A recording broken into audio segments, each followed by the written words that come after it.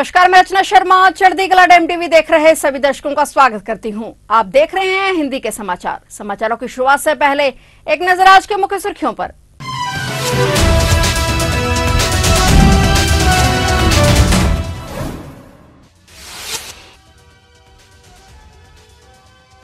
भारत ने जीता T20 world cup, जश्न में झूमा पूरा देश। पीएम मोदी ने टीम इंडिया को जीत पर दी बधाई।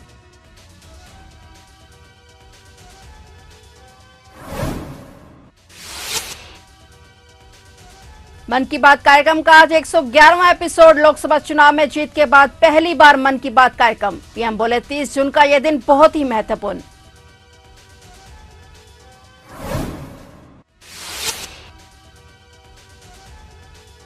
उत्तराखंड में नदियों का बढ़ा जलस्तर। सूखी नदी में अचानक आया सैलाब। सैलाब में बहे दर्जनों वाहन।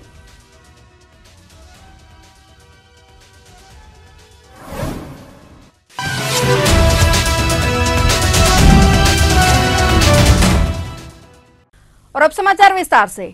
टीम इंडिया की जीत के बाद पूरा देश जश्न के माहौल में डूब गया है। इंडिया इंडिया के नारे हवा में गूंजने लगे हैं और मैन इन ब्लू का उत्साह बढ़ाने के लिए देश भर के शहरों में क्रिकेट फैंस की भीड़ उमड़ पड़ी है। भारतीय क्रिकेट टीम के T20 विश्व कप जीतने के बाद हर तरफ सिर्फ जश्न का माहौल है। 17 साल बाद जश्न का बाद ये मौका मिला है और हर कोई इस पलों को जीना चाहता है। बारबाडोस के कैसिंगटन ओवल में आयोजित फाइनल मैच में भारत ने दक्षिण अफ्रीका को रोमांचक मैच में 7 रनों से हरा दिया है और इसी के साथ 11 वर्षों बाद कोई आईसीसी खिताब अपने नाम किया है। दक्षिण अफ्रीका को T20 विश्व कप के फाइनल में हराकर भारत ने बीते एक दशक से लगे चौकर्स के टैग को भी हटा दिया है, क्योंकि यह साल 2013 T20 विश्व कप के बाद भारत का पहला आईसीसी खिताब है। इस अवसर का जश्न मनाने के लिए बड़ी संख्या में लोग क्रिकेट फैंस जमकर जश्न मना रहे हैं। देशभक्ति के गाने और हाथों में तिरंगा लिए लोगों के चेहरे पर खुशी और गर्व का भाव देखा जा रहा है। T20 वर्ल्ड कप में मिली जीत के बाद प्रधानमंत्री नरेंद्र मोदी ने आज सुबह भारतीय क्रिकेट टीम से फोन पर बात की और पूरी टीम को बधाई दी। इस दौरान उन्होंने रोहित शर्मा को उनकी शानदार कप्तानी के लिए बधाई दी और उनके T20 करियर की तारीफ की। उन्होंने फाइनल में विराट कोहली की पारी और भारतीय क्रिकेट में उनके योगदान की भी सराहना की। पीएम मोदी ने हार्दिक पटेल के अंतिम ओवर और सूर्य कुमार यादव के कैच की सराहना की। इसके साथ ही उन्होंने जसप्रीत बुमराह के योगदान की भी तारीफ की। प्रधानमंत्री ने भारतीय क्रिकेट में उनके योगदान के लिए राहुल द्रविड़ का भी आभार जताया। इससे पहले प्रधानमंत्री नरेंद्र मोदी ने वीडियो मैसेज जारी करते हुए टीम इंडिया को इस जीत पर बधाई दी थी। इसमें उन्होंने कहा था कि आईसीसी मेंस T20 विश्व कप में इस शानदार जीत पर सभी देशवासियों की ओर से टीम इंडिया को बधाई। आज 140 करोड़ भारतीयों को आपके प्रदर्शन पर गर्व महसूस हो रहा होगा। आपने खेल के मैदान में विश्व कप जीता, लेकिन प्रतियोगिता में आपके प्रदर्शन ने करोड़ों भारतीय नागरिकों के दिलों पर कब्जा कर लिया। टीम इंडिया को इस भव्य विजय के लिए सभी देशवासियों की तरफ से बहुत बहुत बधाई। आज 140 करोड़ देशवासी आपके इस शानदार प्रदर्शन के लिए गर्व अनुभव कर रहे हैं। खेल के मैदान में आपने वर्ल्ड कप जीता, लेकिन हिंदुस्तान के हर गांव, गली, मोहल्ले में आपने कोटि कोटि देशवासियों का दिल जीत लिया। और ये टूर्नामेंट एक विशेष कारण से भी याद रखी जाएगी। इतने सारे देश, इतनी सारी टीमें और एक भी मैच हारना नहीं, ये छोटी उपलब्धि नहीं है। आपने क्रिकेट जगत के हर महारथी, उनके हर बॉल को खेला और आपने शानदार विजय प्राप्त करते रहे। एक के बाद एक विजय की इस परंपरा ने आपके हौसले को तो बुलंद कर दिया, लेकिन इस पूरी टूर्नामेंट को भी रसप्रद बना दिया, रोचक बना दिया। आपने शानदार विजय प्राप्त की है। मेरी तरफ से मैं आपको बहुत बहुत बधाई देता हूं, बहुत बहुत शुभकामनाएं देता हूं। लोकसभा चुनाव में जीत के बाद आज पहली बार प्रधानमंत्री नरेंद्र मोदी ने मन की बात कार्यक्रम को संबोधित किया है। मन की बात का यह 111वां एपिसोड है। मन की बात कार्यक्रम को संबोधित करते हुए पीएम मोदी ने कहा कि आज पूरा देश जश्न में डूबा हुआ है। जश्न में डूबे भी क्यों ना, भारतीय क्रिकेट टीम ने कमाल जो किया है। इस जीत पर प्रधानमंत्री नरेंद्र मोदी ने उन्हें बधाई दी है। वहीं लोकसभा चुनाव में जीत के बाद आज पहली बार मन की बात कार्यक्रम का 111वां एपिसोड संबोधित करते हुए प्रधानमंत्री नरेंद्र मोदी ने नई सरकार के एजेंडे पर भी चर्चा की। इस दौरान पीएम ने लोगों से अपील की कि अपनी मां के साथ मिलकर या उनके नाम पर एक पेड़ जरूर लगाएं। मां के नाम पर पेड़ लगाने के अभियान से अपनी मां का सम्मान तो होगा ही होगा, धरती मां की भी रक्षा होगी। पीएम मोदी ने मन की बात कार्यक्रम में आगे कहा कि आज 30 जून का ये दिन बहुत ही महत्वपूर्ण है। इस दिन को हमारे आदिवासी भाई बहन हूल दिवस के रूप में मनाते हैं। बता दें कि लगभग 4 महीने बाद पीएम मोदी ने एक बार फिर से मन की बात कार्यक्रम के जरिए देश के लोगों से महत्वपूर्ण राष्ट्रीय मुद्दों पर चर्चा की है।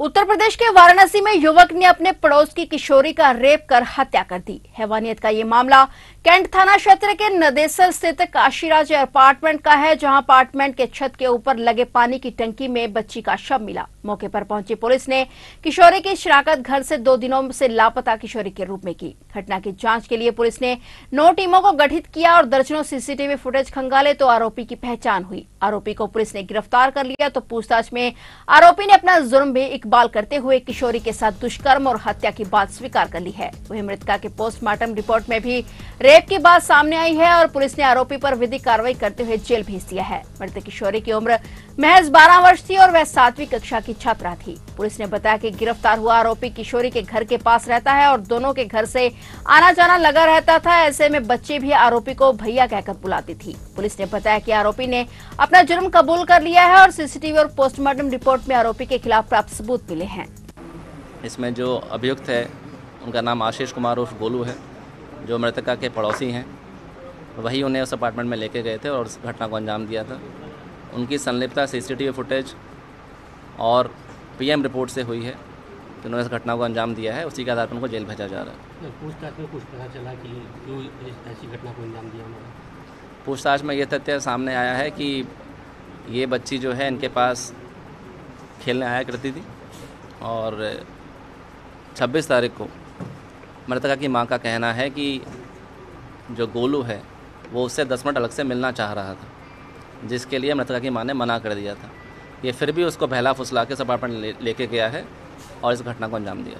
उत्तर प्रदेश के मुजफ्फरनगर से एक चौंकाने वाला मामला सामने आया है। यहाँ अरबाज नाम के एक शख्स ने अपनी ही पत्नी चाहत की हत्या कर दी। दोनों ने 6 से 7 महीने पहले ही लव मैरिज की थी। मृतका चाहत उत्तराखंड के कोटद्वार की रहने वाली थी और शादी के बाद से लड़की अपने परिवार वालों से छिपकर रह रही थी। दोनों फिलहाल किराए के मकान में रह रहे थे, मगर शादी के 6 से 7 महीने बाद ही अरबाज ने अपने दोस्त शाहरुख से मिलकर अपनी पत्नी चाहत को मौत के घाट उतार दिया। अरबाज ने गला घोटकर अपनी पत्नी चाहत को मार डाला। सिर्फ यही नहीं, इसके बाद अरबाज ने अपने दोस्त शाहरुख के साथ मिलकर मृतका के हाथ, गला और पंजे तक काट डाले। फिर शव को ठिकाने लगाने की कोशिश करने लगे और ये दोनों शवों को नदी में बहाने मुजफ्फरनगर के नियाजीपुरा गांव में स्थित काली नदी गए। यहां दोनों ने शव को ठिकाने लगाने की कोशिश भी की, मगर जलकुंभी की वजह से वे शव को पानी में नहीं बहा सके। ऐसे में दोनों बीते देर रात शव को एक बार फिर ठिकाने लगाने नदी में आए थे, मगर तभी पुलिस ने इन्हें घेर लिया और अरबाज पकड़ा गया। पूछताछ में सामने आया कि अरबाज ने अपनी पत्नी चाहत की हत्या 7 दिन पहले ही कर दी थी, मगर ये दोनों शव को ठिकाने नहीं लगा पा रहे थे और उसका दोस्त शाहरुख बच निकला, पर अरबाज को पुलिस ने पकड़ लिया है। पुलिस ने इस दौरान शव भी बरामद कर लिया और उसे कब्जे में लेकर पोस्टमार्टम के लिए भेज दिया है। मामला बहुत गंभीर है, ऐसे में पुलिस द्वारा मामले में सख्त से सख्त कार्रवाई की जाएगी। कल रात थाना कोतवाली पुलिस को मुखबिर खास द्वारा एक सूचना दी गई कि 2 व्यक्ति जो मोटरसाइकिल से काली नदी की तरफ गए हैं और वहां पे काली नदी पे जाने के बाद में एक बोरे को नदी में बहाने की कोशिश कर रहे हैं। इस सूचना पर तुरंत थाना कोतवाली पुलिस और एएसपी साहब द्वारा मौके पे पहुंचा गया और जब दोनों जो लड़के वहाँ पे इस बोरे को बहाने का प्रयास किया था, उन्होंने पुलिस को देखते ही उनमें से एक वहाँ से फरार होने में कामयाब रहा। दूसरे लड़के को वहाँ पे घोर घेट कर जब पकड़ा गया और उससे पूछा गया और उस बोरे को निकलवा के नदी से, और जब देखा गया तो उसमें एक सरकटी लाश थी। और जब इससे पूछा गया तो इसने बताया कि ये जो लगभग 21 वर्षीय युवती है, इससे इसने 6 महीने पहले शादी की थी। ये युवती उत्तराखंड के कोटद्वार की रहना इसके द्वारा बताया गया है कि इसने इससे अपने घर वालों से छिपाते हुए इसे शादी की थी और न्याजूपुरा में कमरे का किराया लेके इसको अलग से अपने घर वालों से छुपाते हुए इसको रखा था। पिछले 6 महीनों के दौरान इन दोनों के बीच में कई बातों को लेकर अनबन हुई और आपस में झगड़े होने लगे। तो इसने अपने एक और अन्य साथी के साथ मिलकर लगभग 7 दिन पहले इसने इसको छुरी से इसका गला काटते हुए इसकी हत्या कर दी थी और फिर इसके बाद में इसको सारे एविडेंसेस को मिटाने के उद्देश्य से इसको बोरे में पैक करके और नदी में बहाने के लिए ये लोग जा रहे थे। इसी दौरान पुलिस के द्वारा इन लोगों को पकड़ लिया गया। इसमें अभियुक्त की निशानदेही से आला कत्ल की बरामदगी की गई है और जो घटनास्थल है उस पर बारीकी से वहाँ से सारे एविडेंसेस कलेक्ट किए गए हैं और ये एक सनसनीखेज घटना है जिसके संबंध में जो दूसरा अभियुक्त है उसकी भी गिरफ्तारी के लिए टीम का गठन किया गया है और अभी इस अभियुक्त को माननीय न्यायालय के समक्ष प्रस्तुत किया जाएगा और इसके बाद में इस पर गैंगस्टर की कार्रवाई भी प्रचलन में लाने का इसमें प्रयास किया जाएगा। उत्तराखंड में मानसून की दस्तक देते ही इसका असर भी देखने को मिल रहा है। पहाड़ों पर हो रही भारी बारिश से जहां नदियों का जलस्तर बढ़ गया है, वहीं मैदानों में भी भारी बारिश से जल भराव हो रहा है। हरिद्वार में भारी बारिश के बाद गंगा नदी का जलस्तर इतना बढ़ गया जिसमें दर्जनों वाहन बह गए। बताया जा रहा है कि वाहन सूखी नदी में पार्क किए गए थे और अचानक आए पानी के साथ बहने लगे और गनीमत रही कि इसमें किसी तरह की जनहानि नहीं हुई है। मानसून की पहली बारिश में खड़ी शमशान घाट के पीछे सूखी नदी में काफी मात्रा में पानी आ गया और पानी का बहाव इतना तेज था कि सूखी नदी में खड़े वाहन एक दूसरे से टकराते हुए बहने लगे। बारिश का पानी धीरे धीरे वाहनों को भी गंगा नदी में अपने साथ ले जाने लगा और इन वाहनों में कारें, डंपर और बसें शामिल थी। हर और गाड़ियां पानी में बहती नजर आ रही थी। ये नजारा देखकर लोगों के बीच चीख पुकार मच गई। हालांकि गनीमत रही कि वाहनों में कोई व्यक्ति मौजूद नहीं था। कई वाहन बहते हुए हर की पेड़ी तक पहुंच गए जो हर की पेड़ी के पुल पर अटक गए। पुलिस के मुताबिक गाड़ियां उत्तरी हरिद्वार के सूखी नदी पर बने रपटे में बहकर आई हैं और जिनको रेस्क्यू करने का प्रयास किया जा रहा है।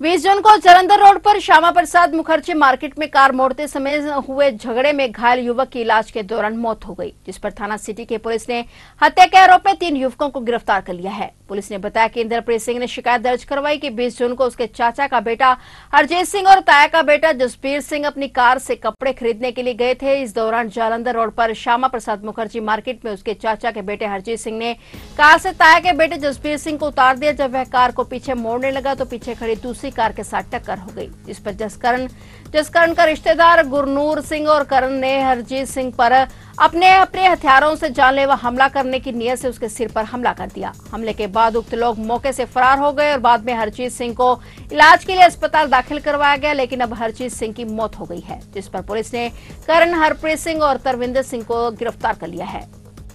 20 से 24 ਨੂੰ ਕਿਟੀ ਗਰਾਊਂਡ ਵਿੱਚ ਨਾ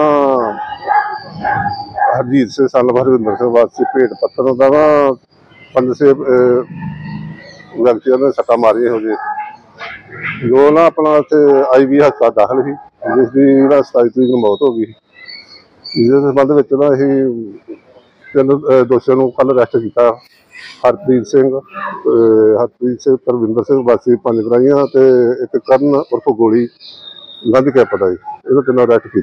दिल्ली में लगातार बारिश के कारण पानी में डूबने से एक बुजुर्ग व्यक्ति, एक युवा और 4 बच्चों की मौत हो गई। शहर के कुछ हिस्सों में भारी बारिश जारी रहने के बाद दिल्ली के ओखला में 60 वर्षीय व्यक्ति बाढ़ वाले अंडरपास में डूब गया, जो 24 घंटे से अधिक समय तक डूबा हुआ था। बुजुर्ग की पहचान दिल्ली के जैतपुर निवासी दिग्विजय कुमार चौधरी के रूप में हुई है। मामला तब सामने आया जब ओखला औद्योगिक क्षेत्र पुलिस स्टेशन को फोन आया और वे मौके पर पहुंचे। उन्होंने इस व्यक्ति को बाहर निकाला जो बेहोशी की हालत में था। उन्हें अस्पताल ले जाया गया, हालांकि डॉक्टरों ने उसे मृत घोषित कर दिया। एक अन्य घटना में बाहरी उत्तरी दिल्ली के समयपुर बादली इलाके में एक अंडरपास के पानी से भरे हिस्से में 2 लड़के डूब गए। अधिकारियों ने कहा कि यह घटना मेट्रो के पास सिरसपुर अंडरपास के पास हुई। विवाद में उनके शव बरामद किए गए और उत्तर पश्चिमी दिल्ली के शालीमार बाग इलाके में भी पानी से भरे अंडरपास में लगभग 20 साल का एक लड़का डूब गया। और बता दें कि मानसून के प्रकोप ने दिल्ली में तबाही मचा रखी है। शहर में जून में 88 वर्षों में सबसे अधिक एक दिन की बारिश हुई है। सड़कों पर पानी भर गया और यात्रियों को सड़कों पर फंसे रहना पड़ा।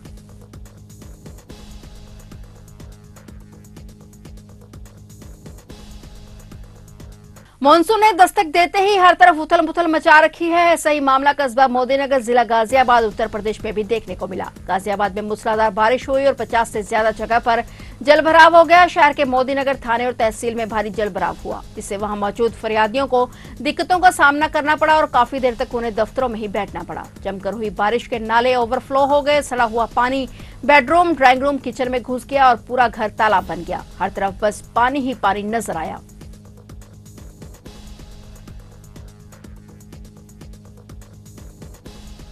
फिलहाल हिंदी के समाचारों में इतना ही, और नए समाचारों के साथ फिर से हाजिर होंगे। तब तक के लिए देखते रहिए चढ़ती कला टाइम टीवी और अब मुझे दीजिए इजाजत। धन्यवाद।